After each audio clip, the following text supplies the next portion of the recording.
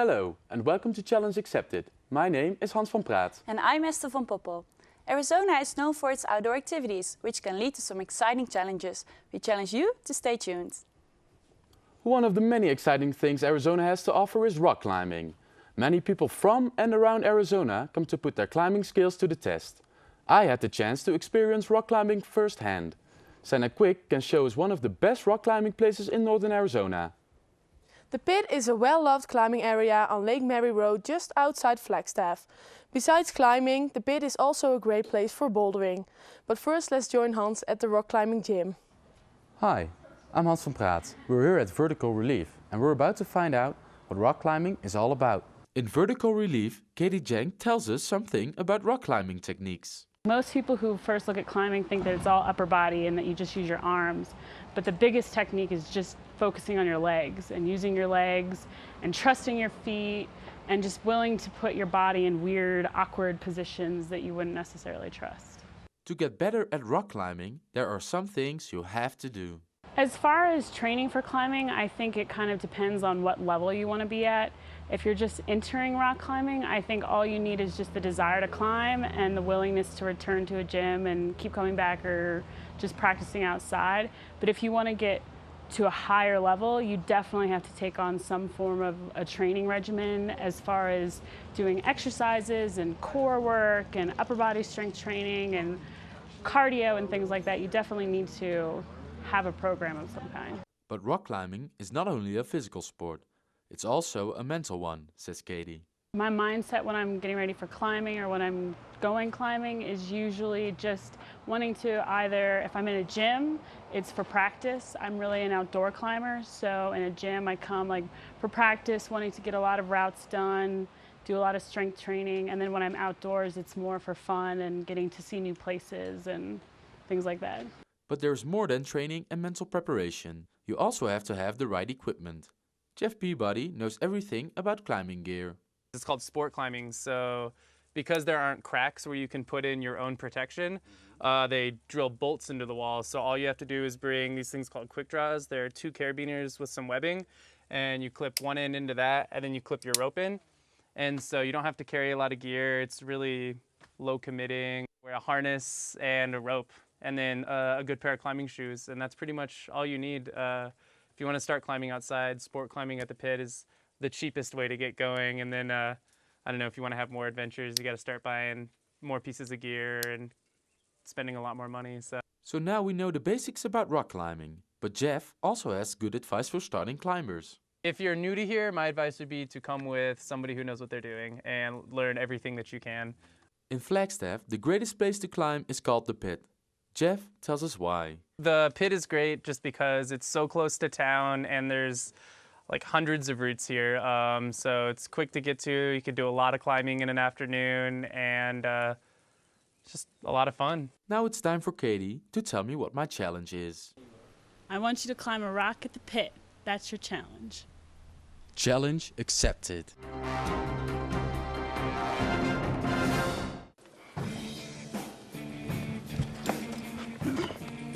There you go. But to the left, you got another one. There you are. See? Yeah.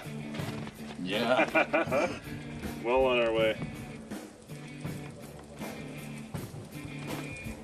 Nice.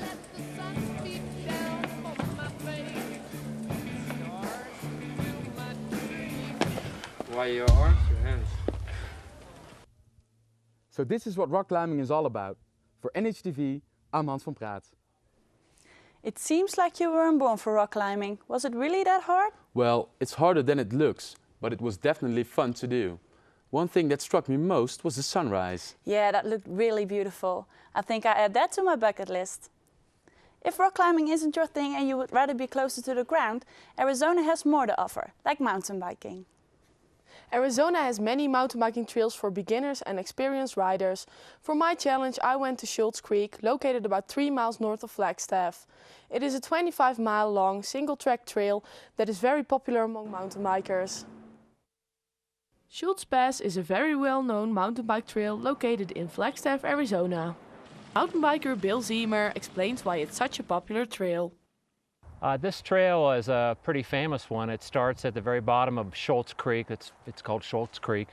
And it's about a 5-mile climb, semi-technical. And from this point, many trails emanate from here and go to the very top of the mountain. And you know, this is sort of the start of the hub of many trails.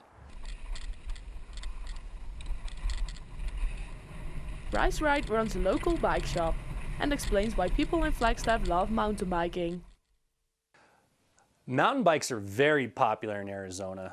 We are in a desert state, so everywhere you go, you can find a mountain bike trail, a single track bike path to ride your bike. So in the state, I would say it's probably 60% mountain bikes and 40% road bikes. Now in Flagstaff, we only have 5 or 6 roads you can even ride. So the popularity of mountain biking in Flagstaff is huge. I would say it's more like 75–80% mountain bike and 20% road bikes.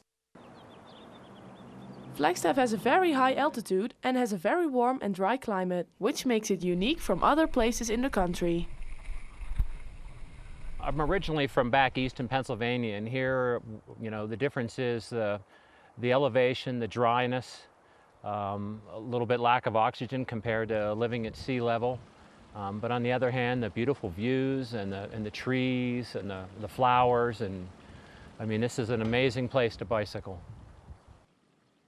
In Flagstaff, I would say we have approximately 250 to 350 kilometers of single track.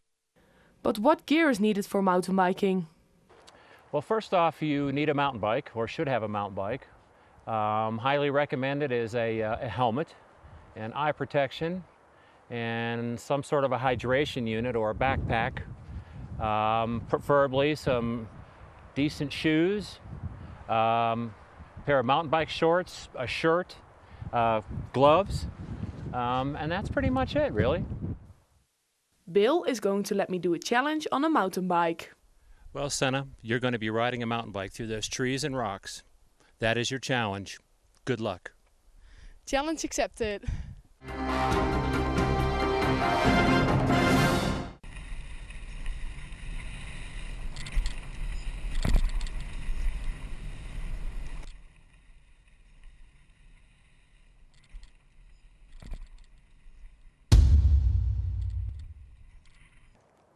For challenge accepted, this is Senna Quick. That seemed like a thrilling ride. How do you think that Senna did? I think Senna did a great job. It looked like a lot of fun. Too bad I couldn't be there to join her, though I would love to do something a little bit faster. Well, if mountain biking wasn't fast enough for you, maybe 4 wheels will get you up to speed. Senna, what do you have for us next?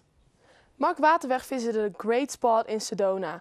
Because of the terrain, it's a great place for driving off-road vehicles through the impressive landscape. Today we are at the Sedona Off-Road Center, where you can have the unique experience of driving through Arizona with off-road vehicles. Of course, we'll also have the challenge here, which most likely will have something to do with these vehicles. That's all really exciting, so let's go check it out. There are several types of off-road experiences available at Sedona Off-Road Center.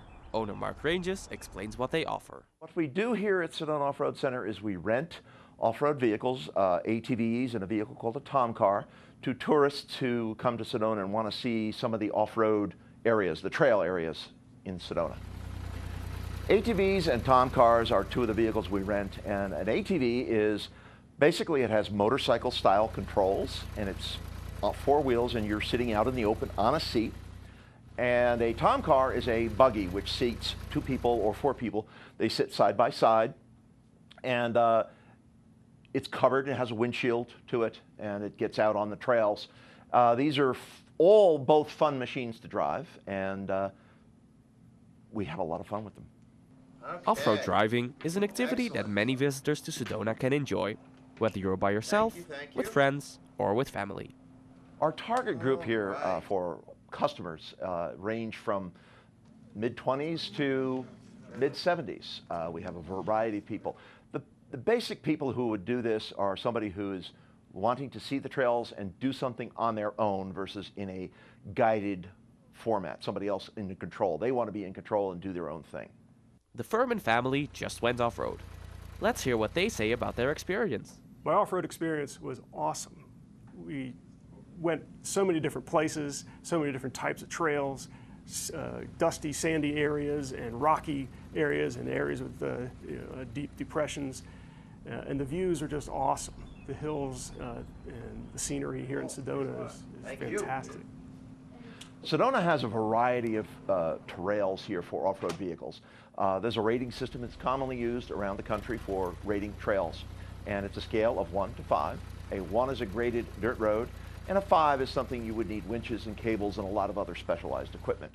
We don't have anything of that nature here. Everything we have in Sedona is from easy to more moderate trails, from a 1 to about a 2.5.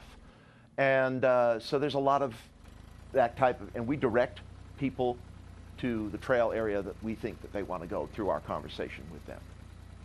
Hearing about all these vehicles and experiences makes me excited about my challenge for Mark Ranges. Now we're going to get you out there on the trail, and we're going to put you on the ATV. We'll go over the instructions on how to operate the machine. You're going to drive Soldier Pass Trail yourself, and you're going to have fun. Do you accept that challenge? Challenge accepted.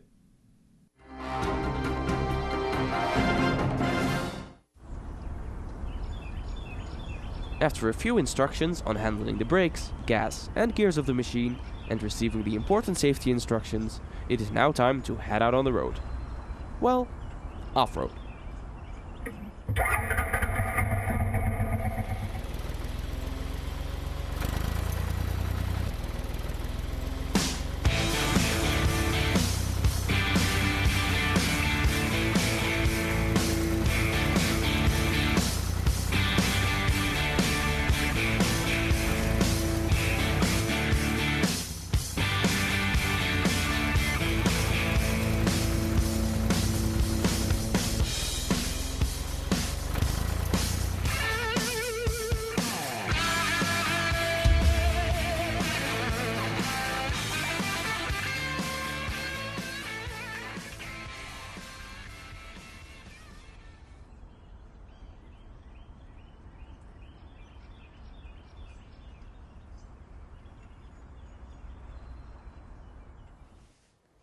That definitely sped things up. Well, I heard that Mark almost drove off the edge of a cliff.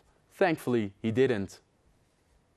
These outdoor activities are fun, but there's always a chance something may go wrong. Let's take a look at some survival tips. The Grand Canyon is a great place to hike, but it's really easy to get lost there.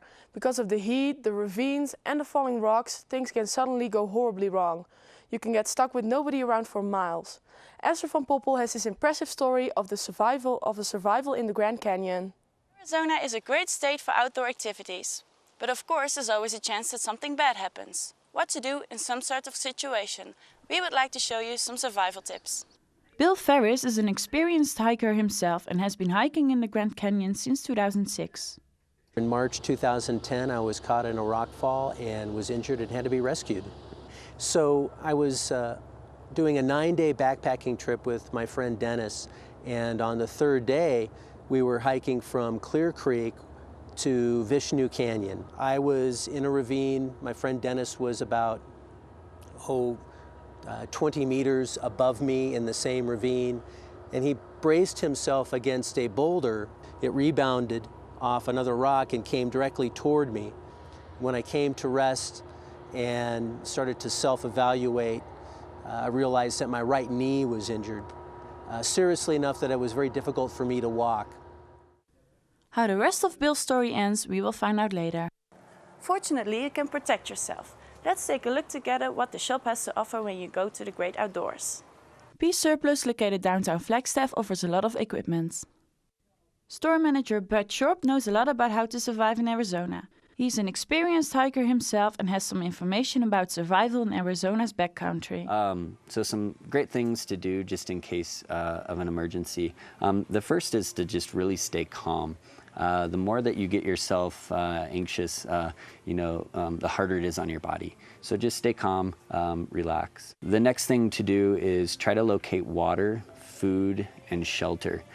These are really important things. A lot of people get themselves into trouble in the Grand Canyon. They don't hydrate themselves and they get a lot of sun exposure. Another important thing to help in an emergency event is whenever you leave for any type of outdoor trip, try to let people know where you are, where you're going to be, where you're going to end, and around what time you're going to end. So if you aren't around, then that gives people the opportunity to come out and try to know where you're at a little bit better. It might be even better to bring someone along. This saved Bill Ferris's life. I was at this creek, at this flowing water site in Vishnu Canyon for Tuesday, Wednesday, and Thursday, and essentially waiting to be rescued. The plan was that when Dennis would get to Phantom Ranch, there's a ranger station there. He could tell them what had happened and could tell them where I was, and then a helicopter could come out and pick me up. And I was writing my reactions and comments to this book when I heard the telltale sound of helicopter rotor blades, and looked up and saw a helicopter fly in overhead. They helped me pack up my gear, and then they helped me carry my gear and helped me walk to where the helicopter had landed. Luckily, Bill Ferris survived. Let's put me to the test. So your challenge is to find a good spot in the wilderness and build a shelter. Challenge accepted. I think I found my spot. Oh, look at that big tree over there. This can be a solid beginning for my shelter.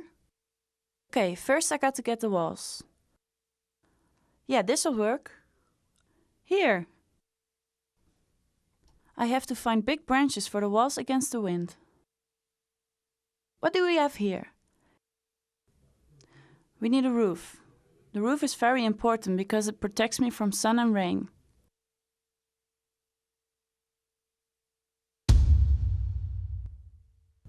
Well, this is it. I think I did a pretty good job. I even have my little campfire over here. So I think my challenge was succeeded. For challenge accepted, I'm Esther van Poppel. Well, I wouldn't mind having to build a campfire with you. I'll even bring marshmallows. Challenge accepted. Although making a fire in this climate can be very dangerous.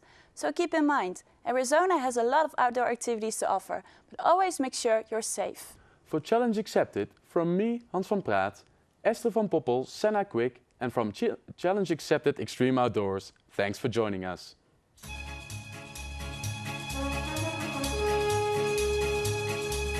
An old cowpost went riding out one dark and windy day. Upon a ridge he rested as he went along his way. When all at once a mighty herd of red-eyed cows he saw, a plowing through the ragged sky and up the cloudy draw. Hi-hey, yippee-yi-ho, goes turkey in the sky. Their friends were still on fire and their hooves were made of steel. Their horns were black and shiny and their hot breath he could feel. A bolt of fear went through him as they thundered through the sky, for he saw the riders.